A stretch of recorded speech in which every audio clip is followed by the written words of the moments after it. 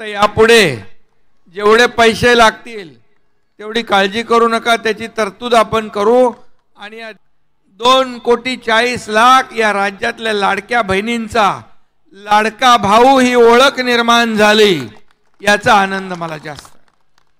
लाडक्या बहिणी असतील, लाडके भाऊ असतील, लाडके शेतकरी असतील, लाडके ज्येष्ठ असतील, सगळ्यांना योजना आपण केल्या। या योजना सगळ्या सुरू राहणार, एकही योजना बंद होणार नाही। लाडक्या बहिणींच्या ज्या योजना आम्ही सुरू केल्यात बिलकुल कुठली योजना बंद होणार नाही। मी त्यावेळेस म्हणालो होतो, तुम्ही फक्त सावत्र भावांना लक्षात ठेवा आणि तुम्ही सावत्र भावांना बरोबर लक्षात ठेवून त्यांना त्यांची जागा दाखवली आणि महायुतीचे सरकार एवढ्या मोठ्या थंपिंग मेजॉरिटीने या ठिकाणी महाराष्ट्रामध्ये आलं। आता आमची जबाबदारी, सगळ्यांना काही लोकांनी तिजोऱ्या धुतल्या, पण आपण सगळ्यांना साफ तुम्ही मतदारांनी धुवून टाकला आणि पद येतात जातात। मगाशी कोणीतरी म्हणाल मुख्यमंत्री उपमुख्यमंत्री, मला अभिमान आहे, आनंद आहे की बाळासाहेबांचे विचार घेऊन आपण निघालो 2.5 वर्षापूर्वी आणि 2.5 वर्षात एवढं काम केलं। धर्मवीर आनंद दिघे साहेबांची शिकवण आपण घेऊन निघालो, हे आपल्या पाठीशी होतं, त्यांची शिकवण आपल्या गाठीशी होती आणि एवढं काम केलं पायाला भिंगरी लावून एकही दिवस 2.5 वर्षात सुट्टी घेतली नाही। आणि या देशाचे प्रधानमंत्री नरेंद्र मोदी साहेबांनी देखील आपल्या राज्याला पाठबळ दिलं, डबल इंजिनचं सरकार धावू लागलं।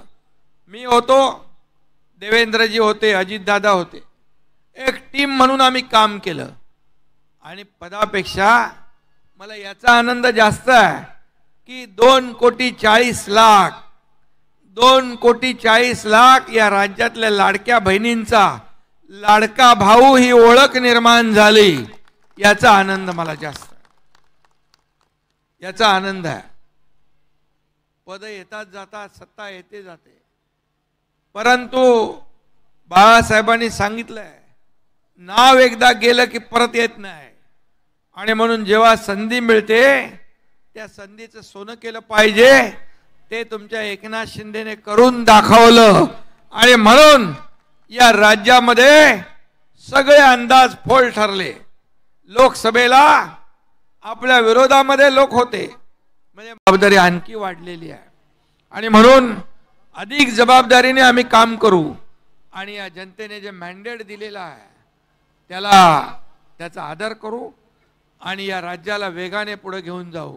राज्य आणि केंद्र सरकार मिळून या ठिकाणी केंद्राचा पाठिंबा आहे। आता मी गेल्या आठवड्यात आदरणीय प्रधानमंत्री मोदी साहेबांना भेटलो, आदरणीय गृहमंत्री अमित भाईंना भेटलो, नड्डा साहेबांना भेटलो। त्या सर्वांनी मोदी साहेबांनी सांगितलं जे लागेल तुम्हाला महाराष्ट्राच्या विकासासाठी ते केंद्र सरकारकडून मिळेल, तुम्ही या राज्याचा सर्वांगीण विकास करा।